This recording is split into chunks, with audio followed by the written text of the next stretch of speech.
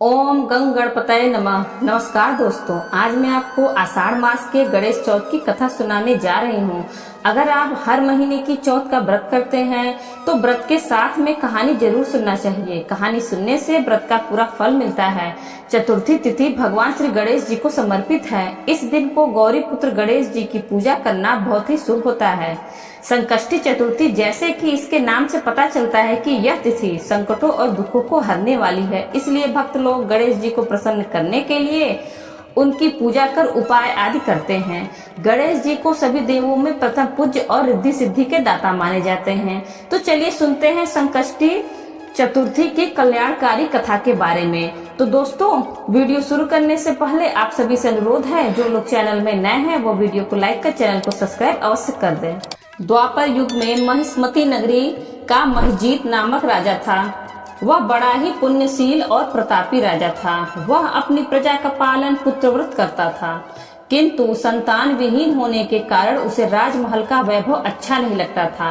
वेदों में निसंतान का जीवन व्यर्थ माना गया है। यदि संतान विहीन व्यक्ति अपने पितरों को जल दान देता है तो उसके पितृगण उस जल को गर्म जल के रूप में ग्रहण करते हैं।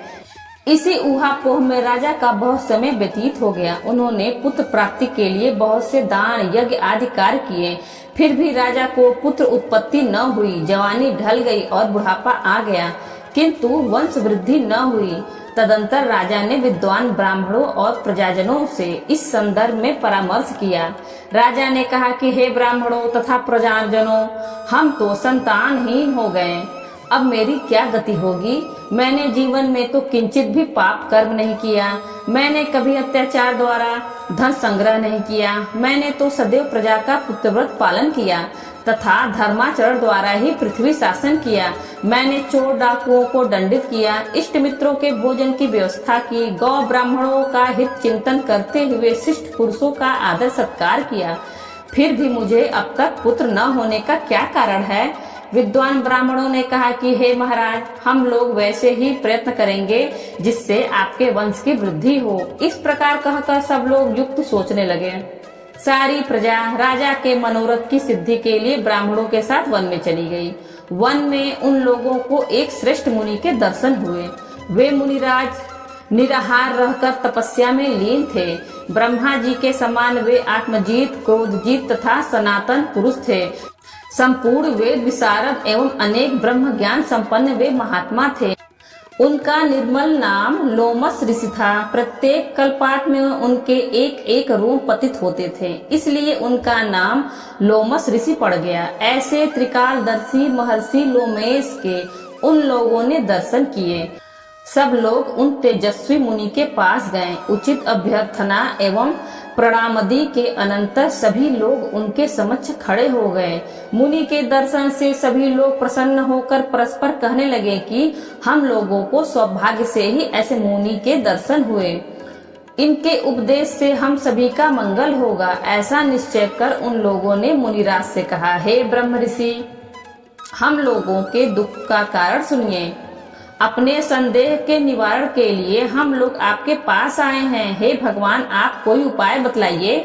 महर्षि लोमेश ने पूछा, स्वजनों, आप लोग यहाँ किस अभिप्राय से आए हैं? मुझसे आपका क्या प्रयोजन है? स्पष्ट रूप से कहिए, मैं आपके सभी संदेहों का निवारण करूंगा। प्रजाजनों ने उत्तर दिया, हे मुनिवर, हम महिष्मती नगरी के निवासी हैं। हमारे राजा का नाम महिजीत है। वह राजा ब्राह्मणों का रक्षक, धर्मात्मा, दानवीर, सूरवीर एवं मधुर भाषी है।